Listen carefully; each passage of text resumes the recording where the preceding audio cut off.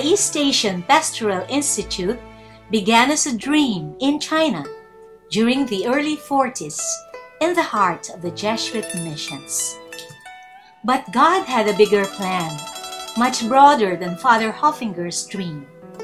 God's dream included many peoples from different regions of the world coming together in one place to experience the Catholicity of the Church in a new and a more dynamic way. In 1949, when the Jesuits were exiled from China, they found refuge in the Philippines. In God's wisdom and wider scheme of things, the closed door in China would lead them to a wider field for mission in Asia, the Pacific, and beyond. In the Philippines, our founding fathers revived that dream of a center and established the Institute of Mission Apologetics. 1961 was very significant. In September of that year, the team renamed Institute of Mission Apologetics to East Asian Pastoral Institute. For the Universal Church, the year 1961 was the advent of the Second Vatican Council. At that time, the EAPI began to realize with greater clarity the crucial role it would be assuming for many years ahead, related to the renewal and updating of the churches of Asia and the Pacific in the spirit of the same council.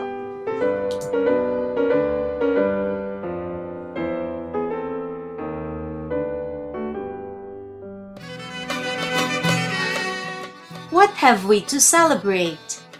Many blessings, really. First and foremost is the gift of the Institute itself. EAPI is a point of convergence where all the sectors of a church meet and learn to become a community together. For the first time, you have people from different churches of Asia together in one place, men and women, for full internship. To become a community, to become a little church in miniature, so that people living here could have the experience of what a new way of being church is. EAPI brings people out of their immediate context, brings them to a more global context. EAPI has created an environment of equal leadership, equal discipleship. I'm in a different world, and I learned some more things more deeply about God, Jesus, and the kingdom of God. We are able to bring people from different countries to a place where they can update themselves, they can learn new things in an environment that is not very competitive, that is not very intellectually challenging, but they come here in an environment where it's a community of learners. I am always very happy to serve the local churches of Asia and the Pacific. My experience of EAPI community is as if you never left home. I will always cherish in my heart all the happy memories that I felt here in the EAPI. The EAPI is a place for growth and renewal.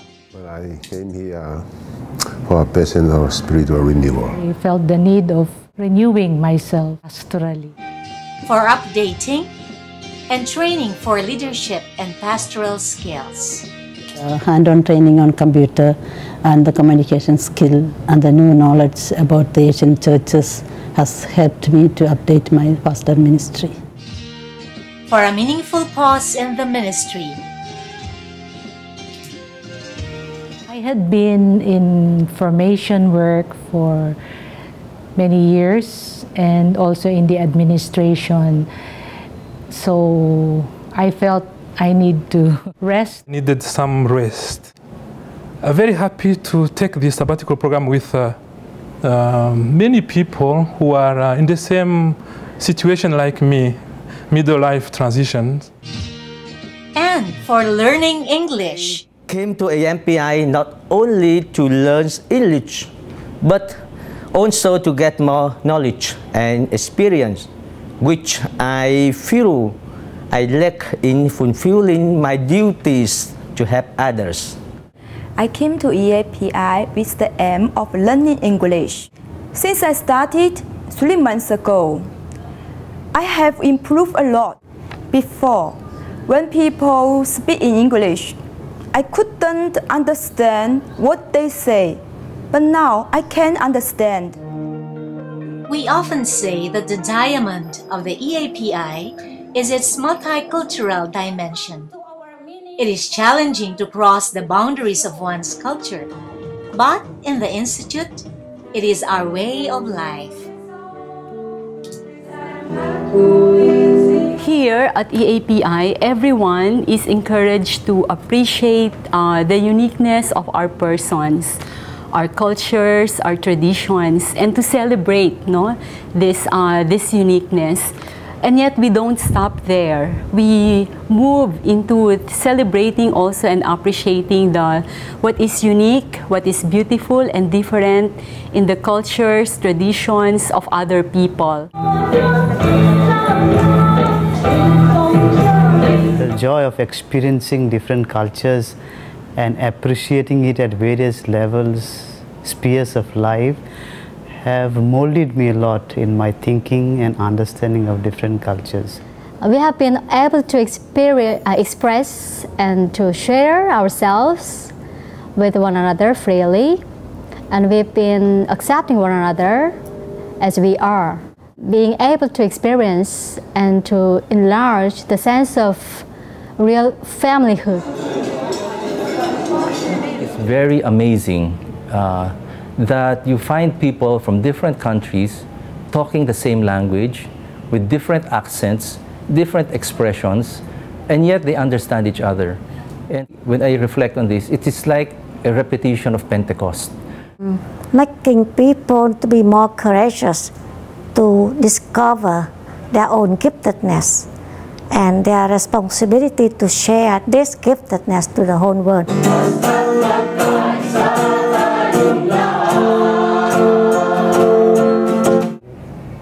Bring all their talents into the open, and they learn how to use them at the service of the local church. To serve in biblical ministry of my country, I need a lot of knowledge to serve the church in Myanmar better.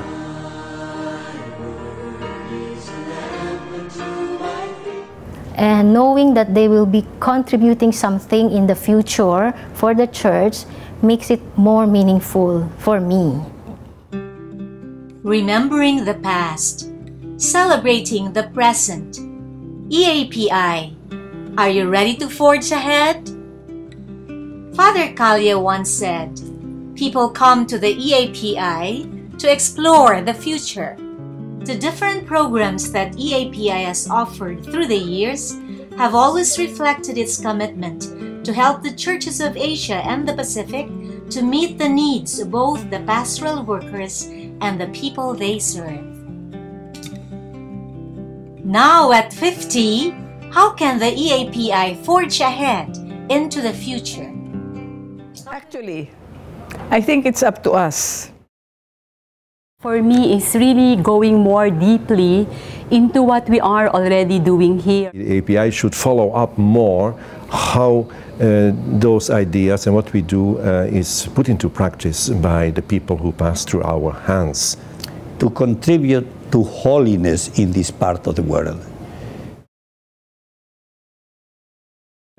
You open new pathways, and you know where the path is leading to. Alertness to the signs of the times, to the work of the Spirit in the world, the work of the Spirit locally in cultures and peoples, and also alertness to the kairoi in the church. I hope that EAPI will help to equip people with theological vision, social analysis to be able to discern the signs of the times and where is the Spirit of God moving in the world, in societies in Asia. And so maybe this is where the church as an institution can really come in more. I think we need to go global as well. Networking. Now there is an ecclesiastical networking, and this could be put in practice now in this part of the world, and the EAPI can contribute quite a lot. What energizes me also that I can do it with a team of very qualified and inspiring colleagues.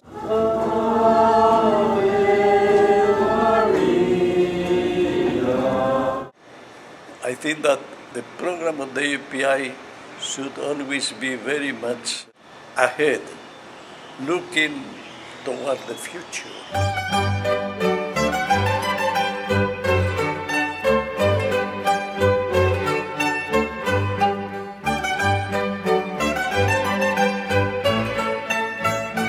The mission of the EAPI is to help the church to face the future. EAPI, be not afraid to go beyond where you are now, to new frontiers where you are much needed. Be not afraid to forge ahead.